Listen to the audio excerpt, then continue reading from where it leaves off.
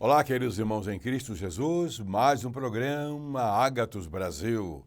O propósito, como os irmãos já sabem, é a busca de um avivamento, é a nossa meta. E eu tenho certeza que Deus também está interessado nesse avivamento para todas as igrejas do seu Filho Jesus Cristo, daquele que morreu na cruz do Calvário em nosso lugar, de todas as denominações. Não nos importa que seja Assembleia de Deus, Batista, Casa de Oração, Metodista, Congregacional, Presbiteriana, o Brasil para Cristo, pode ser os outros países também para Cristo. Não nos preocupamos com isso. Nós desejamos o avivamento para que o povo de Deus viva em santidade, de acordo com a vontade de Deus, e o reino de Deus cresça e muitas almas sejam levadas aos pés do Senhor Jesus Cristo. O sermão desta manhã é o Santuário do Espírito Santo. Tema forte, bonito, significativo. O Santuário do Espírito Santo.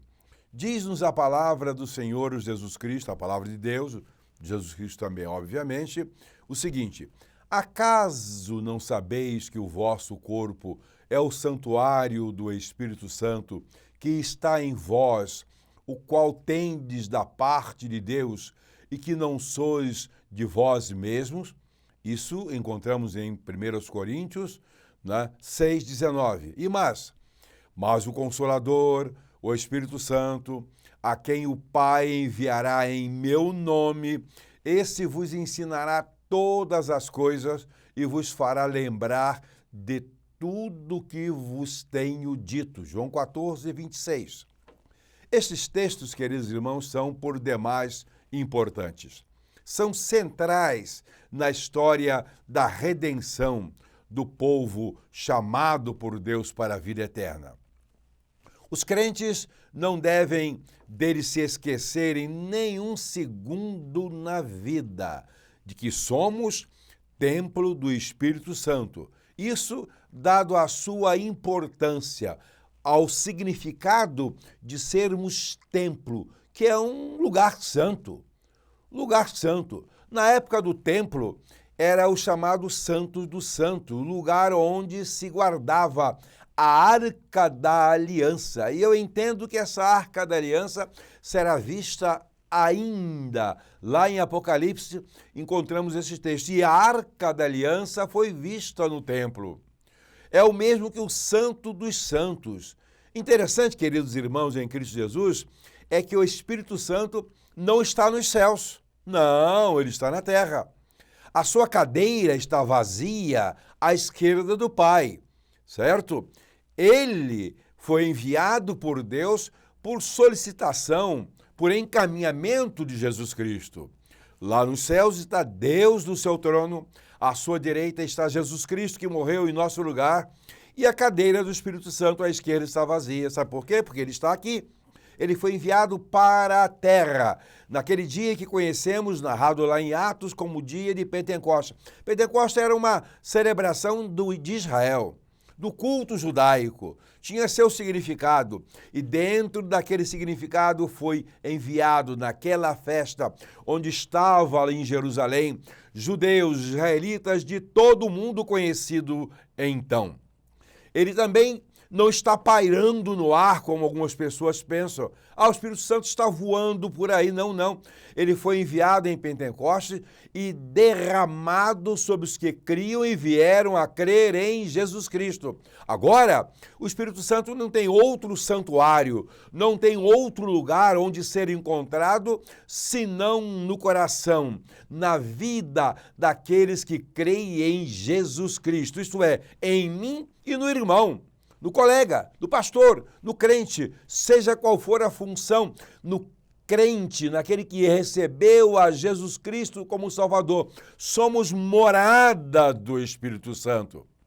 Mas não saia da nossa mente isso. Nossos corpos são o seu templo, o lugar onde o Espírito Santo de Deus ocupa. semelhante ao Santo dos Santos. É Ele que faz essa ligação entre nós e Jesus Cristo. É Ele quem vai intermediar as nossas orações. Mais do que intermediar, é Ele quem vai mover no coração do crente uma oração de modo correto. Quando oramos de modo agradável a Deus, oramos no Espírito, pelo Espírito. Esse Espírito é quem intercede por nós com gemidos inexprimíveis. Faço uma pergunta então ao querido irmão: o que tem dentro do seu corpo? O que existe no seu coração? É compatível com a presença do Espírito Santo? O que está rolando e passando na sua mente? O que está ocupando os seus sentimentos, o seu pensamento do dia a dia? É ganhar dinheiro? É poder? É prazer? É isso ou aquilo? Somente coisas que desagradam a Deus? Ah, é? Como fica o Espírito Santo, então, dentro do seu coração? É infestado de bobagem, empesteado de coisas que ofendem a Deus, de carnalidade, de pensamentos sujos, de promiscuidade na cabeça e que acabam sendo derramadas na vida? Olha, o Espírito Santo está no irmão. Está! O irmão é um crente mesmo? Ou é apenas um membro de igreja? Se você, meu querido amigo, meu querido irmão, até pastor, porque há alguns pastores por aí que sabe Deus de que ovelhas eles o são. Se você é realmente um crente, isso é que é importante, você é templo do Espírito Santo de Deus. Não é unção disso, unção daquilo, não, uns são melhores, outros são piores. Nada disso. É a presença do Espírito na sua vida. Vamos meditar sobre esse assunto em alguns tópicos. O primeiro dele, temos que propiciar o melhor ambiente possível para o Espírito Santo em nós. Ora, se Jesus Cristo aparecesse hoje, viesse, batesse a sua porta, tocasse a sua campainha, você iria se incomodar com o estado da sua casa para receber a Jesus Cristo? Pois bem, proveniente de Deus vem o Espírito Santo enviado por Jesus Cristo, ou proveniente de Jesus enviado por Deus, ele ocupa o seu coração. Não existe nada mais importante na terra do que o Espírito Santo de Deus para estar conosco, dentro de nós, na nossa casa, no nosso dia a dia. Então, como está esse seu coração? Como um ambiente para que o Espírito Santo habite? Alertemos a todos os crentes, digo isso aos pastores, atente para o que o Senhor Jesus exige, para o que Deus exige quanto ao nosso coração. Sabe o que diz a Bíblia? Seja perfeito o vosso coração para com o Senhor nosso Deus, para andardes nos seus estatutos e guardardes os seus mandamentos. 1 Reis 8:61. O coração do sábio conhece o tempo e o modo, Eclesiastes 8:5. O que tem no seu coração, o que existe no seu coração, que foi separado por Deus, purificado por Deus, para ser morada do Espírito Santo e para que no final todos integralmente estejamos morando com Deus. O que existe no seu coração? Sabe com que enchemos o nosso coração? Nós enchemos o nosso coração com os nossos pensamentos. Se penso em coisas boas, enche o coração com essas boas coisas. Se penso em coisas ruins e em podridões, enche os corações com essas podridões, com tudo que desagrada a Deus e, consequentemente, eu vou acabar praticando essas coisas também. Em Isaías 55:8 diz, porque os meus pensamentos não são os vossos pensamentos. Então modifiquemos os nossos pensamentos, para que os enquadremos aos padrões de Deus, para que possamos pensar do modo que Ele pensa, para que os nossos corações sejam cheios das boas coisas, porque esses nossos corações são, o meu coração, o seu coração, o coração de todas as nossas ovelhas são morada do Espírito Santo. E aí, atentem, finalmente, irmãos, tudo que é verdadeiro, tudo que é respeitável, tudo que é justo, tudo que é puro, tudo que é amável, tudo que é de boa fama, se há alguma virtude, se há algum louvor, seja o que ocupe o vosso pensamento. Isso é maravilhoso. Esse versículo é maravilhoso. Filipenses 4:8. Ocupemos os nossos pensamentos com as boas coisas, que são todas elas provenientes de Deus.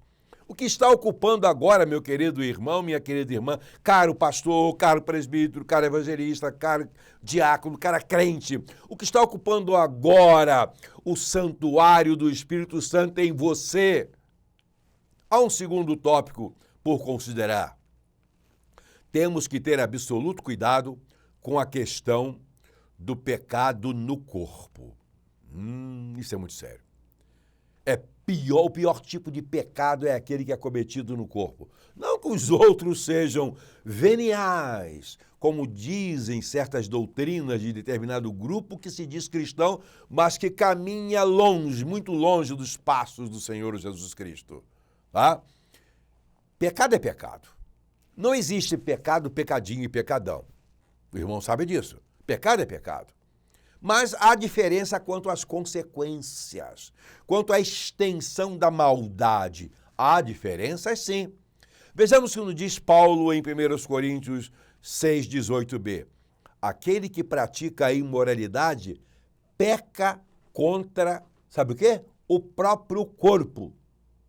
Aquele que pratica a imoralidade peca contra o próprio corpo. Olha o que diz o texto. Aquele que pratica. Aquele que pensa também está pecando, mas não está pecando contra o corpo ainda. Mas se ele continuar pensando, ele vai praticar e aí ele estará pecando contra o próprio corpo. Mas o que tem a ver isso? Para aí, tem muita coisa. Porque o Espírito Santo habita no qual corpo? No seu corpo ou no corpo do seu cachorro de estimação? Habita no seu coração ou no coração do seu gatinho de estimação? Não. Ele habita em você. E como fica o Espírito Santo que ali está? Como ele, que é Deus, se sentirá quando você estiver cometendo um pecado no seu corpo? Uma coisa é eu ofender alguém, difamar alguém, matar alguém, atropelar alguém, roubar alguém, deixar de pagar alguma coisa a alguém. Enfim, eu estou pecando. Claro que eu estou pecando. Isso não é coisa certa nem boa e as consequências virão. Mas eu não estou pecando no meu corpo. Mas há pecado no corpo e há pecado fora do corpo. Mas as consequências para o pecado fora do corpo são menores. Mas quando ocorre no corpo, atinge o Espírito Santo e ele vai mandar a conta. Ofende ao Espírito Santo diretamente e ele vai mandar a conta. Essa é uma das modalidades de pecado contra o Espírito Santo. O que você acha do adultério? Bobagem? Não, é coisa muito séria. Sabe por quê? Porque o Espírito Santo está em você. Ele vai cobrar caro de você, meu irmão. O que é a fornicação? Adultério é uma coisa, fornicação é outra, na prática é tudo a mesma coisa. O que você acha da prostituição? O que você acha do homossexualismo? Etc. De drogar-se. O que você acha de cometer essas impurezas todas, sendo você um crente? Eu saio dali, desconto na oração. Eu tive um membro, uma ovelha, que dizia isso. A gente comete um pegadinho aqui, chega em casa, a gente ora e desconta na oração. Idiota! Ele era um idiota. E todos os que acham que esses pecadinhos cometidos no corpo, adulterar aqui, fornicar ali, uma safadeza aqui, outra safadezazinha ali, uma prostituiçãozinha aqui, um ato homossexualzinho ali, isso não tem consequência? Tem sim, são pecados praticados no corpo e são piores do que quaisquer outros. Não pense que esses pecados são perdoáveis, porque não são. Não se trata de perder a salvação.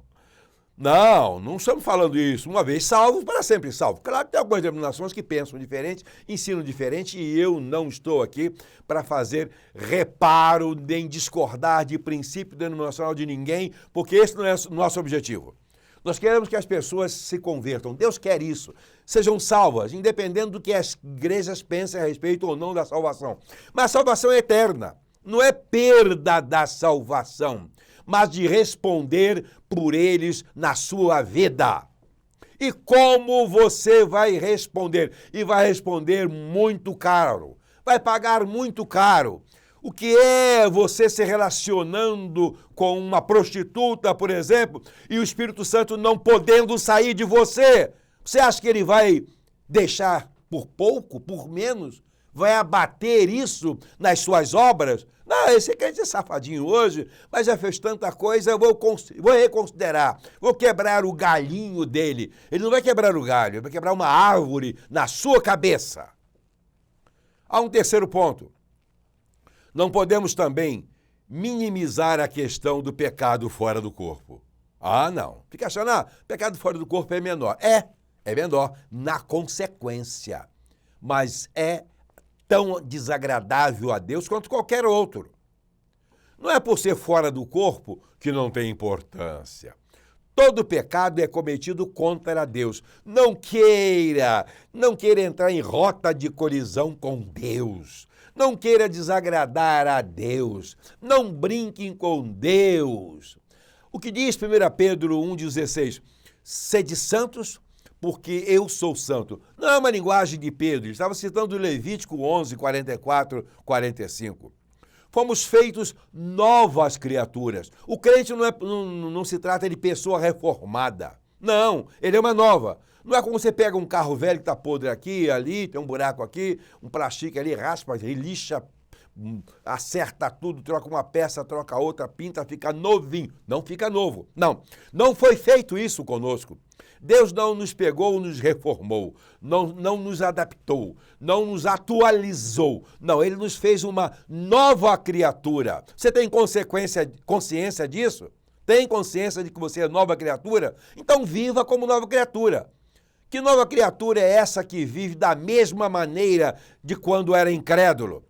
Mas eu sou membro da igreja, dou dízimo, canto, toco. Eu sou cansado de ver gente, membro de igreja, dando dízimo, tocando, cantando, fazendo das tripas coração. Parece um membro maravilhoso, que é um pilantra e tem uma morada garantida, sabe onde? No inferno, junto com o diabo e seus anjos, onde há pranto e ranger de dentes, porque nunca foram crentes. São enganadores.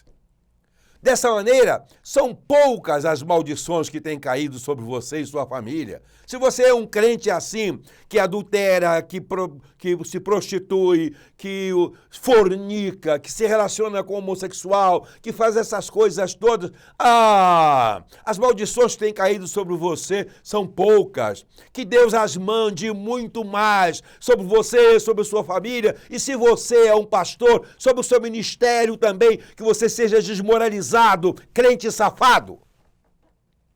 Há um quarto tópico por considerar.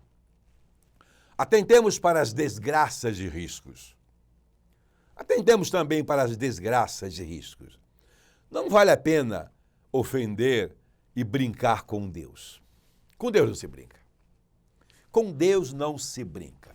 Eu sou um camarada tremendamente bem-humorado. Os irmãos me veem pregando aqui com essa agressividade, diríamos. Deve dizer, esse cara é o cara mais desagradável do mundo. Não, eu tenho outro programa na televisão. Toda terça-feira, às 22 horas, às 23, eu tenho lá conhecimentos e assuntos relevantes. Aliás, divulgue e fale. E os irmãos vão assistir lá.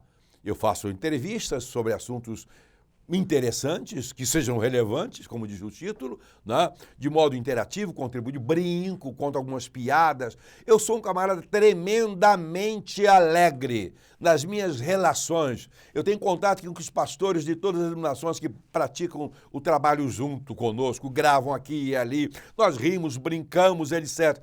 Uns com os outros, sem pornografia, sem desonestidade, evitando o máximo qualquer tipo de coisa que possa dar ideia de leviandade. Mas com Deus a gente não brinca. Com Deus eu não brinco. O Espírito Santo não se afasta do verdadeiro crente, pois nós fomos selados pelo Espírito Santo. Então levemos isso muito a sério. Com Deus não se brinca.